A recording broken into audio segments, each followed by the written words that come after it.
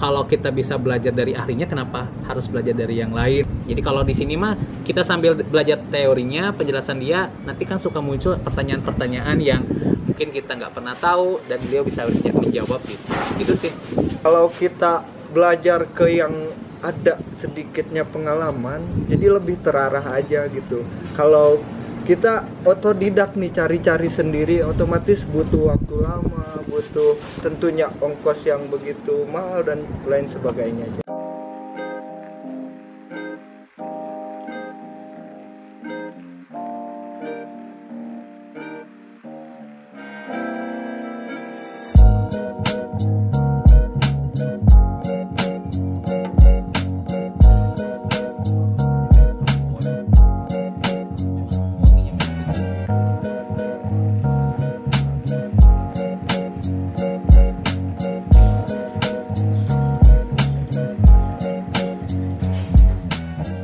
Halo, ya selamat sore. Kenalin, saya Haris. Saya Alto. Kita dari UIN Sunan Gunung Jati Bandung. Saya dari Ujung Berung, Ya, Palintang. Kalau saya dari Sukabumi, sebentar aja. Ya, siap.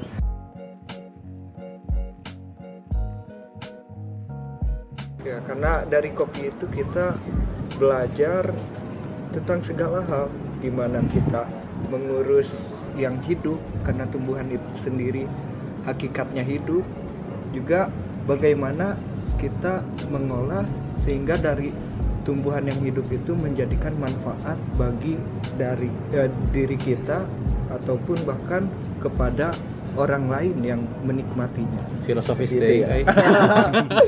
Kalau saya mah simpel, karena senang ngopi. Yang pertama, yang kedua ternyata ketika saya mencoba kopi yang sebenarnya di kafe, ternyata luar biasa, sangat menarik karena berbeda dengan kopi yang biasa saya coba dari warung-warung. Dan ternyata setelah saya coba kopi yang sebenarnya itu saya lebih cocok dengan kopi yang memang asli gitu. Dan ternyata untuk menuju kopi yang saya coba dari kafe itu ternyata tidak mudah loh, panjang banget dan saya baru mengenal ternyata ada istilah hulu ke hilir gitu sih sebenarnya.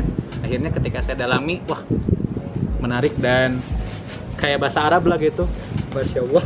panjang banget gitu. Gitu sih sebenarnya latar belakang saya mah.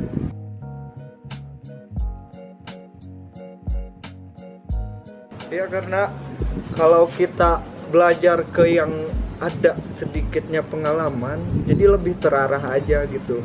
Kalau kita otodidak nih, cari-cari sendiri, otomatis butuh waktu lama, butuh cari-cari kesana kesini, tentunya ongkos yang begitu mahal dan lain sebagainya. Jadi seperti itu alasan saya memilih kursus di sini. Dan yang kedua juga, saya kenal Kang Andri juga dari salah satu profesor dari Palintang juga. Ternyata ketika saya tanya, ternyata beliau punya sudah sertifikasi di bidang processing, dan itu sesuatu yang jarang di kota Bandung ini. Dan kalau kita bisa belajar dari ahlinya, kenapa harus belajar dari yang lain? Dan yang kedua, kalau dari YouTube saja banyak hal-hal yang bersifat teknis yang tidak bisa dijelaskan oleh teori gitu sih sebenarnya. Jadi kalau di sini mah kita sambil belajar teorinya, penjelasan dia, nanti kan suka muncul pertanyaan-pertanyaan yang mungkin kita nggak pernah tahu dan beliau bisa menjawab gitu. Gitu sih. Terlepas dari ini, misalkan kita nggak nemu nih aroma-aroma semua ini di tiap jenis kita, jadi secara kualitasnya itu aman di aroma gitu kan. Nanti kalau misalkan kita udah dicoba, kita udah mulai seruput, dan nanti di sini lagi sampai ke Sampai rempah. nggak banyak Rempah masih ada ini di aroma dikasih. Kalau aromanya ada rempah-rempah gitu. Kalau aromanya di rempah baru bisa itu pengecualiannya nanti masuk ke sini. Ini juga sama dari proses. Tiga ini proses ya. Tiga proses. Ini dari roastingnya. Lanjut aja.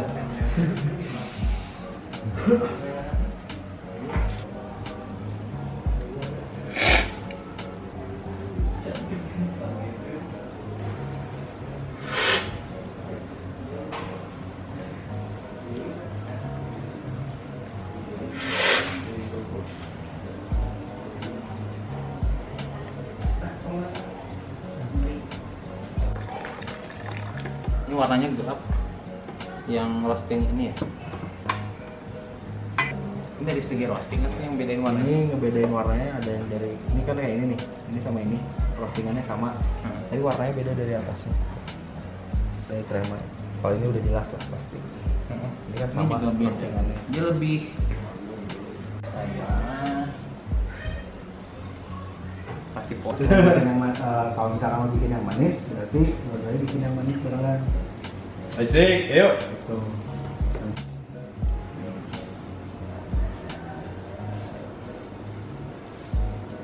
Gini ya. Nah, gitu. Coba sama iso. 40. Bisa.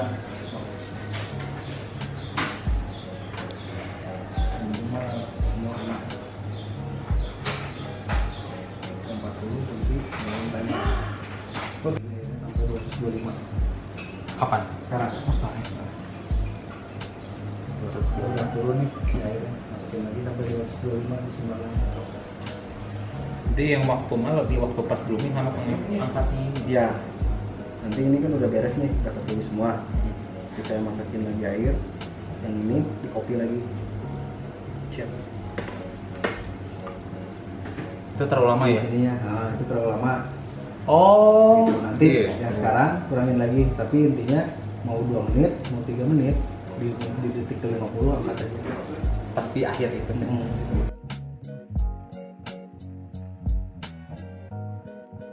Nah ya tentunya banyak gitu ya, dari sensori, terus kita belajar juga bagaimana cara penyeduhan yang betul dan baik gitu ya, nggak sembarang seduh aja kayak kopi biasa kan. Makanya di sana kita bisa merasakan apa yang seharusnya ada di kopi pada penyeduhan pada umumnya gitu. Dan juga kita juga akhirnya ketika bikin juga kita jadi tahu, oh ini evaluasinya ini loh, ini loh gitu. Jadi kita nggak hanya menyeduh gitu. Kadang kita juga nggak tahu kesalahan kita di mana dalam penyeduhan gitu, dan harus baiknya seperti apa. Dan kita dapetin banyak hal yang mungkin kita nggak akan dapetin di luar, atau misalnya hanya sekedar nonton YouTube juga gampang bisa sih sebenarnya, tapi akan lebih terasa kalau kita memang langsung datang ke sini. Dan tadi kesalahannya dari size-nya atau dari suhunya terlalu panas, atau mungkin putarannya terlalu cepat, atau tadi saya sih kurang cepat gitu. Nah, itu kan nggak bisa hanya kita tahu sendiri gitu, itu harus lewat pelatihan di sini tentunya. Dan di sini banyak ahli-ahli yang menurut saya mumpuni, dan memang di bidangnya bukan hanya sekedar mereka yang cuma cek pengalaman mah kieu cek, padahal kan dunia terus semakin sini semakin berkembang. Satu lagi perutnya jadi banyak sama kopi. Oh itu mau bisa. Gitu. Ya, Intinya di kaping sini dari tadi berapa infonya kali kan? aktual lah, karena sesuai dengan perkembangan yang ada saat ini. Gitu. Oke, thanks Javanika karena udah ngajarin banyak hal soal kopi. Pokoknya terima kasih banyak buat ilmunya, dan jangan lupa untuk tonton terus channel Javanika Coffee karena di sana banyak sekali hal-hal yang bermanfaat tentang kopi. Subscribe. Ya, subscribe. Thanks Javanika. Goodbye.